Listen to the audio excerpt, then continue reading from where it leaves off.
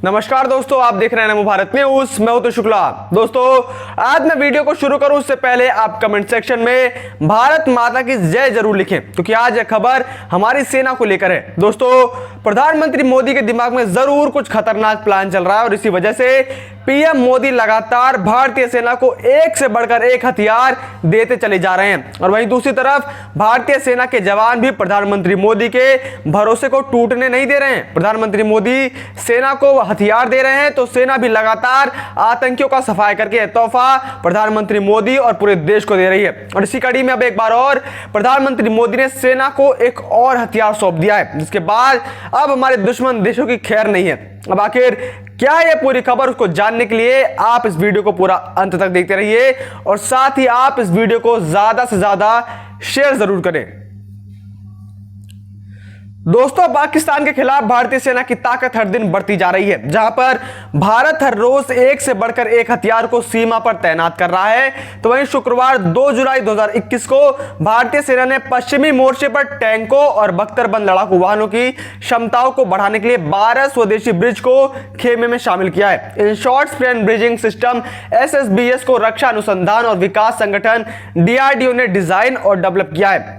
Delhi cantt के Cariappa parade ground में आयोजित एक समारोह में थल सेनाध्यक्ष जनरल MM नरवणे ने उन्हें भारतीय सेना में शामिल किया। इन ब्रिज को सेना में शामिल करते हुए जनरल नरवणे ने कहा, SSBS के शामिल होने से भारतीय सेना की क्षमता बढ़ेगी। हमारे पास 5 मीटर और 15 मीटर के स्पैन ब्रिज थे, लेकिन 10 मीटर के ब्रिज की भी जरूरत थी। अब यह कमी भी पूरी हो चुकी है। ये 12 ब्रिज पश्चिमी मोर्चे की क्षमता में मैकेनाइज्ड फॉर्मेशन को बढ़ाएंगे और इनके कारण ऑपरेशन चलाने में भी तेजी आएगी। जनरल नरवणे ने आगे कहा कि 10 मीटर वाले स्पैन ब्रिज आत्मनिर्भर भारत की दिशा में एक और सफल कदम है, क्योंकि यह पूरी तरीके से भारत में विकसित किए गए हैं और बनाए गए हैं।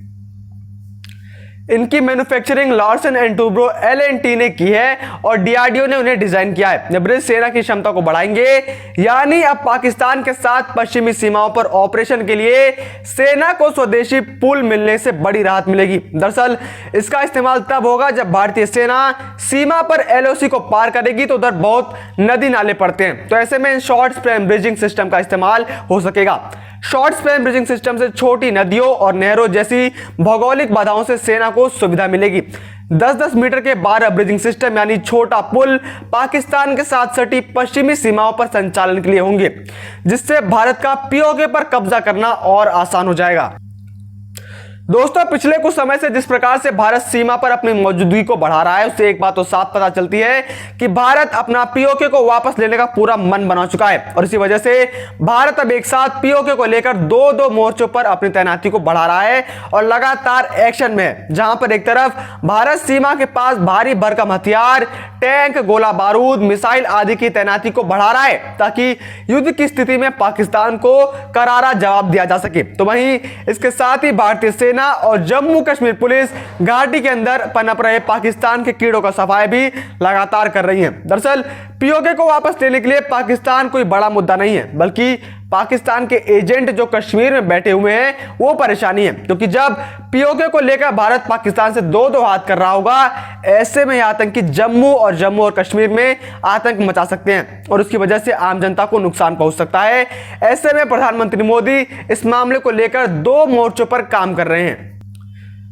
दरअसल जम्मू कश्मीर में आतंकियों का सफाया अभी तक भारतीय सेना के जवानों तो कर ही रहे थे, लेकिन अब जल्दी भारतीय सेना को इस काम से भी आजादी मिल जाएगी, ताकि वो पूरा फोकस सीमा पर कर सके। उसके लिए अब असम राइफल्स की महिला सैनिक अब आंतरिक सुरक्षा का मोर्चा संभाल रही है। इन महिला सैनिकों ने उत्तरी कश्मीर के तंगधार सेक्टर में नशा तस्करों के खिलाफ अभियानों से लेकर आतंक रोधी ऑपरेशन में अहम भूमिका निभाई है। अब यह राइफल वुमेन जांच नाकों पर भी तैनात कर दी गई है। घाटी में हाल ही में बांदीपोरा और गांदरबल जिले के कंगन में इन महिला सैनिकों को तैनात किया गया है। इन्हें रूटीन चेकिंग और मोबाइल व्हीकल चेक पॉइंट्स पर पुरुष सैनिकों के साथ तैनाती दी गई है। अब इनकी तैनाती से घाटी के अंदर मौजूद सैनिकों को और सेना के जवानों को सीमा पर भेजा जा सकता है, जिससे भारत की सीमा पर मौजूदगी और ज्यादा बढ़ जाएगी। उधर सेना के जवान पाकिस्तान से POK लेंगे, तो इधर असम राइफल्स घाटी में कीड़ों का सफाई करेंगी। यह सब एक तरफ इशारा करती है कि प्रधानमंत्री मोदी POK को लेकर कुछ बड़ा करने वाले हैं।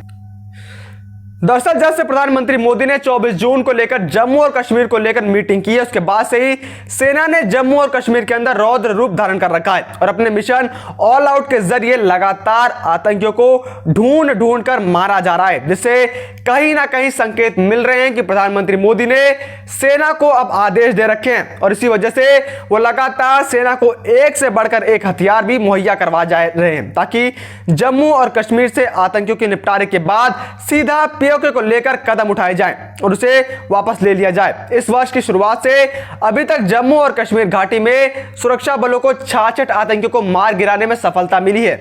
पिछले महीने जून में 11 दहशतगर्द ढेर किए गए थे। सबसे ज्यादा 17 आतंकी अप्रैल के महीने में मारे गए थे। पुलवामा जिले के राजपुरा इलाके में 15 घंटों से अधिक चली मुठभेड़ में आतंकी संगठन लश्कर ए तैयबा के 5 दहशतगर्दों को सुरक्षा बलों ने मार गिराया। इनमें जिला कमांडर व एक पाकिस्तानी आतंकी शामिल है। ऑपरेशन में सेना के एक जवान शहीद जबकि 2 अन्य घायल भी हुए हैं। मुठभेड़ स्थल से हथियार भी बरामद किए गए। मुठभेड़ शुरू होते ही जिले में मोबाइल इंटरनेट सेवाएं स्थगित कर दी गई थी।